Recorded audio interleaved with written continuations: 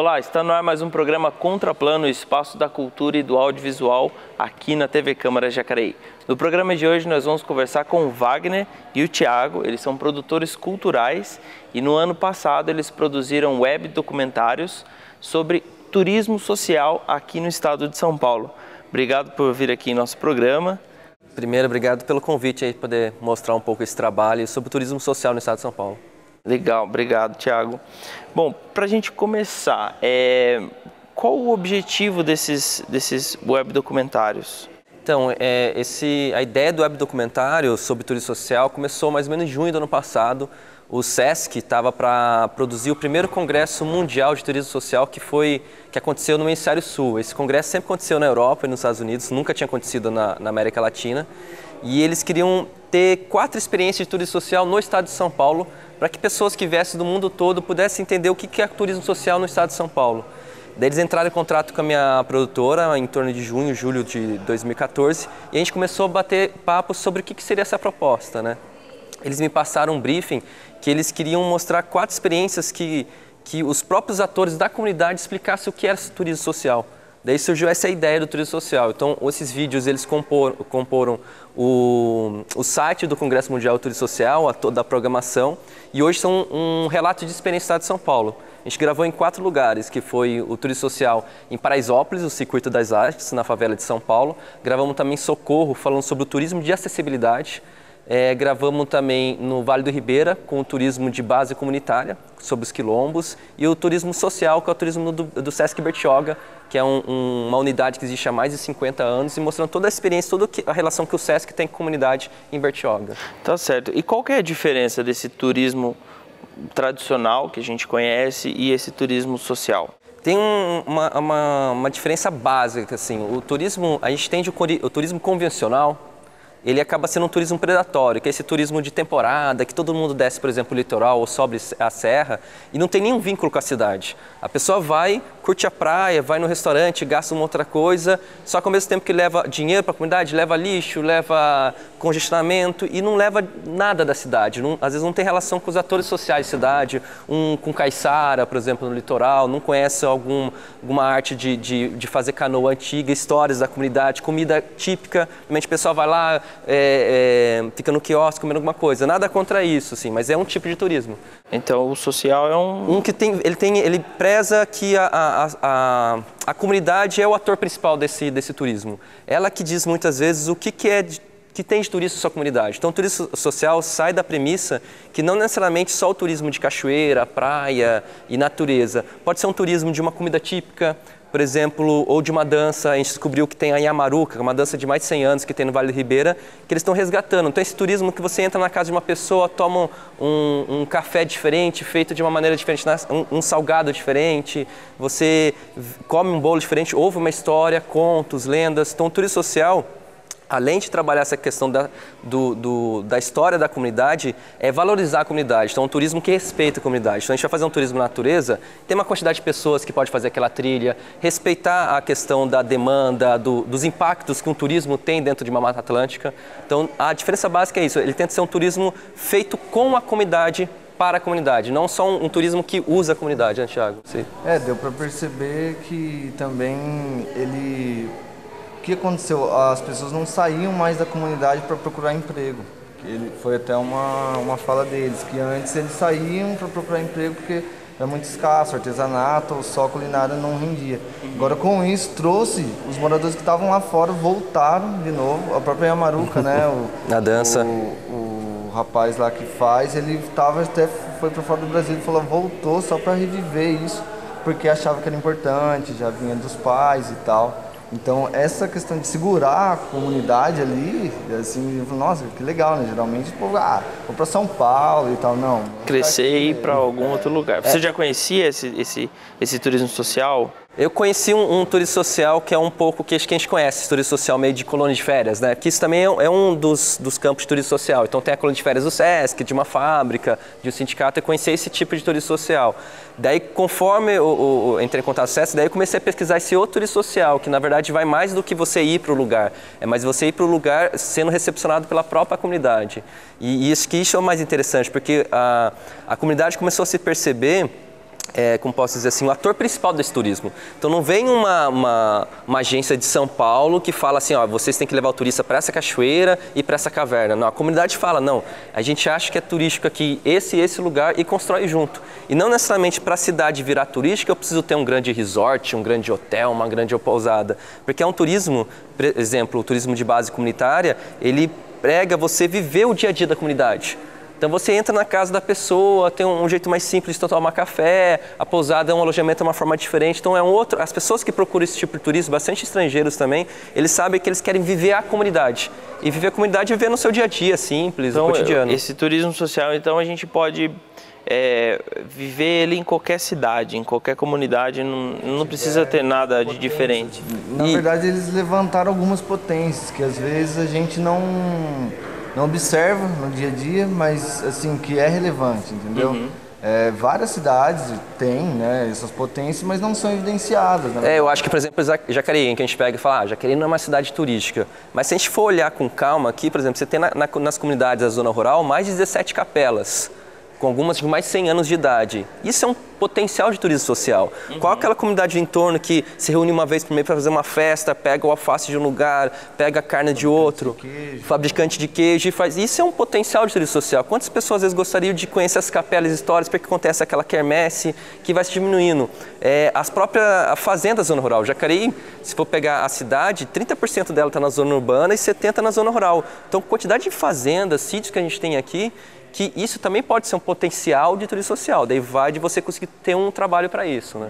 E o turismo social, uma curiosidade, você acha que ele é viável ele ser comercial também ou não é tão comercial? Não, eu acho que ele pode ser totalmente comercial, só que de uma outra forma, assim, a gente talvez tirar isso da cabeça quando a gente tem esse comercial, que a gente pensa do visar o lucro, porque assim, qual que é o comercial? Por exemplo, vamos pegar, por exemplo, do litoral. Pô, é um turismo comercial, só que tem um período que ninguém mais desce para o litoral e quando chega carnaval, o ano novo, lota a cidade, daí a questão de violência aumenta, lixo, infraestrutura, saneamento básico. Será que isso está só gerando lucro?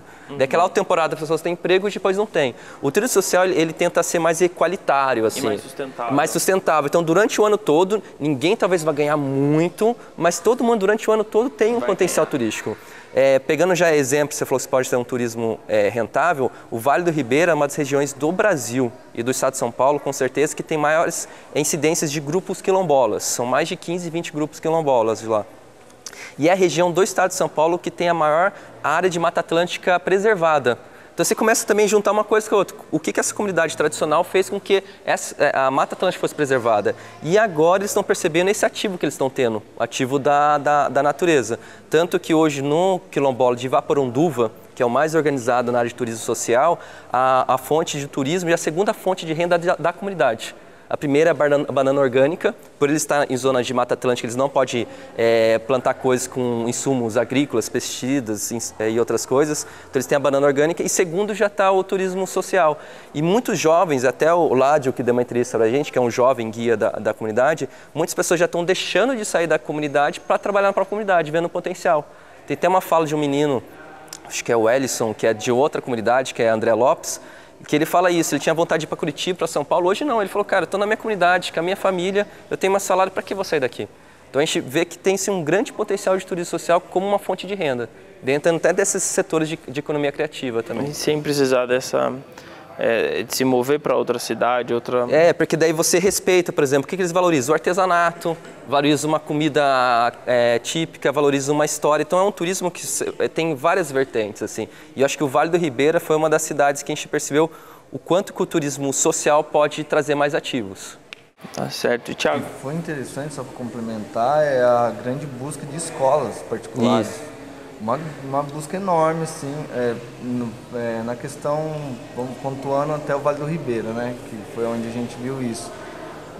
Professores levam para pesquisa, a própria essa questão afro-brasileira, né, como funciona, eles mostram as plantas, eles vão levando, essa planta serve para isso e tal. O final de semana a gente gravou lá, por coincidência tinha duas escolas, né, de São Paulo, uma de Cotia de São Paulo, levando os alunos lá para falar sobre cultura afro-brasileira, a questão dos ensinamentos, porque assim, o que procura o pessoal de geografia e de história, porque assim, é uma história viva. Você tá lá, você tem várias etnias. Palpável.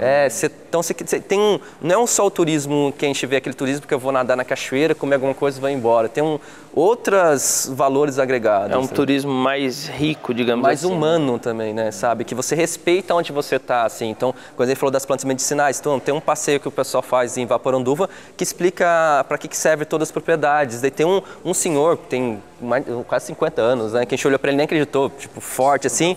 Ele é guia disso, plantas medicinais, e ele leva a galera na Caverna do Diabo também, que é uma das maiores cavernas do estado de São Paulo, que fica na região lá também. Então você vê que, cara, um senhor desse trabalhando com plantas medicinais, sendo guia de caverna, se não tivesse esse potencial turismo, o que estaria acontecendo? Todos esses guias seria pessoal de São Paulo. Vem, paga, vem com os alunos, os professores fazem, não deixa nada para a cidade e vai embora. Agora não, eles criaram uma associação que você tem que contratar alguém da cidade. Acho que isso é o mais justo, né, de acontecer, principalmente na Caverna do Diabo, está acontecendo isso.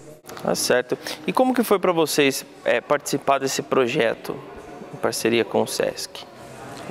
Então eu fui convidado, né, pelo Wagner, a produtora dele que fez a empreitada, né, assim vamos dizer. Pra mim, né, foi assim, nossa, até uma coisa inusitada, porque, como te falei, não conhecia esse modelo de turismo e tal. E o interessante que foi isso, quando me deparei, eu vi muito, nossa, isso é um potencial, do meu lado tem um potencial também. E você começa a ter uma visão ampla das coisas, nossa, olha como eles manejam isso poderia dar certo lá com a tiazinha, né, não sei o quê. Então você começa a entender o processo o processo rentável, talvez está mais próximo e não está tão consumista, de certa forma, né, uma coisa mais cíclica e tal. E foi uma experiência, para mim, única, assim, né, uma experiência inesquecível, que foi intenso, né? A gente foi de uma para outra, assim, numa bateria. Até explicando um pouco da experiência da produção, assim, porque assim, eu acho que é muito legal quando você consegue fazer um trabalho que você curte, que é o trabalho de produção cultural e audiovisual, e um trabalho que quando você começa a viagem, no último dia eu voltei diferente.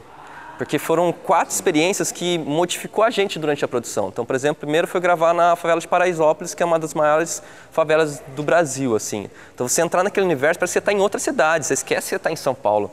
Então, a relação com a comunidade, conhecer um berbelo, um senhor que faz coisas com restos de peças de moto, uma outra coisa. Tá até na abertura da nova novela I Love Paraisópolis, tem uma peça dele do Berbelo. Daí você começa a ver toda essa relação com a comunidade, tem o potencial de um lugar que normalmente as pessoas falam, cara, eu não quero ir pra lá. Nossa, que estranho. E foi um lugar que a gente andou, cara. Tranquilo, com equipamento. Tranquilo, a gente teve o Wagner, um xará meu, que fez a pré-produção pra gente, alguns contatos, foi com a gente lá. Cara, e você vem de uma maneira diferente, conversando com as pessoas, a orquestra, corpo de balé. Depois a gente vai, nessa mesma viagem, a gente foi para Socorro, que foi uma outra coisa que abriu nossa cabeça, assim, porque a gente entende acessibilidade. Daí que a gente pensa, o que é acessibilidade? É uma rampa, um banheiro acessível. Cara, quando a gente vê o que é acessibilidade, é tornar um lugar universal. E universal é para todos, é grávida, é idoso, pessoa com deficiência visual, para daltônico. Qualquer pessoa que chega num lugar, aquilo tem que ser totalmente universal para ele, sim. E a gente foi em 2 parques. Parque de aventura, que um colega nosso que era deficiente visual, ele fez arvorismo. Imagina um deficiente visual fazendo arvorismo, ou uma pessoa com tetraplégica descendo numa tirolesa, ou um outro cadeirante fazendo rapel. Então a gente começou a olhar assim, né? A gente vê o quarto que tinha entrada para cão-guia no quarto, piscina adaptada que tinha uma cadeira que a pessoa conseguia entrar dentro da piscina. Então, umas coisas assim começou a surpreender a gente. Então, quando eu voltei aqui para Jacareí, todos os lugares que você começa a olhar, você vai falar, vê que fala, caraca, está longe. A sensação parecia que a gente que, assim, né, inteiro fisicamente normal, era diferente lá, sabe? Essa era a sensação, que você via a cidade tomada por pessoas, assim, com acessibilidade, sabe? E principalmente esses 2 parques, assim, que foi o José, né? Acho que é José, que é o cara que trouxe essa ideia. Cara, o ano passado ele ganhou o prêmio da Rainha Sofia na Espanha, ganhou vários prêmios como um dos hotéis do mundo mais acessíveis. Então, uma coisa que está aqui no Brasil, no estado de São Paulo, Socorro, fica a 200 quilômetros de Jacareí, próximo, quase ninguém conhece. E você vê como que quer dizer, uma coisa que partiu de uma parte privada, particular, começou a atingir a cidade toda. Então a prefeitura meio que se sentiu na obrigação também de tornar o Paço Municipal acessível, o museu acessível, restaurante, daí os comerciantes, pô, começou a vir mais gente, restaurante acessível, daí a gente começou a conversar com o restaurante, não, daí veio uma pessoa um dia aqui perguntando para mim que se tinha algum lugar para carregar a cadeira elétrica dele. Ele nunca tinha pensado nisso, ele já disponibilizou uma tomada. Então, o quanto que uma atitude de um empresário modificou uma cidade toda. São em cadeia para todo mundo. A gente conheceu um turista que foi uma das pessoas que deu o depoimento com a gente, que desceu a tirolesa, que ele falou, ó, aqui eu sinto na minha casa, porque a minha casa é o único lugar do mundo que é totalmente adaptado. Esse hotel, ele estava com a noiva dele, você brincava, assim, a noiva dele não tinha nenhuma deficiência, ele cadeira elétrica do hotel, sentava no colo dele e começava a correr, brincar, zoar com a gente, porque ele falou, andou de charrete com ela, de cavalo, tirolesa. Ele falou, cara, eu não preciso pedir ajuda para ninguém aqui. Então, isso modificou a gente. Daí você vai para um Vale do Ribeira, a mesma coisa, cultura tradicional, coisas diferentes, assim. Depois você vai a Bertioga, a gente foi para uma tribo indígena, né? Nossa. Guarani, que é, um outro conceito. Então, o que a gente pode dizer assim, que esse trabalho, depois a gente vai até exibir os vídeos, daí cada vídeo a gente comenta um pouco de cada um, mudou muito a nossa visão, principalmente conhecer outras culturas. E eu acho que é o mais louco, tudo no estado de São Paulo. Eu não estou falando de ir para a Amazônia, de ir para a América Central. Experiências que vocês tiveram aqui. Que está no nosso estado. Eu não estou nem falando, porque às vezes quando a gente pensa, acha que, nossa, eu tenho que ir para aquele lugar. Pô, a tribo indígena é em Bertioga, em São Sebastião, aqui do lado. Socorro, aqui do lado. Paraisópolis também. Vale do Ribeira, que é um pouco mais longe, mesmo assim a gente está no estado de São Paulo. O quanto de cultura diferente a gente tem aqui. E isso acho que daí abriu minha cabeça tentar entender o que é o turismo social.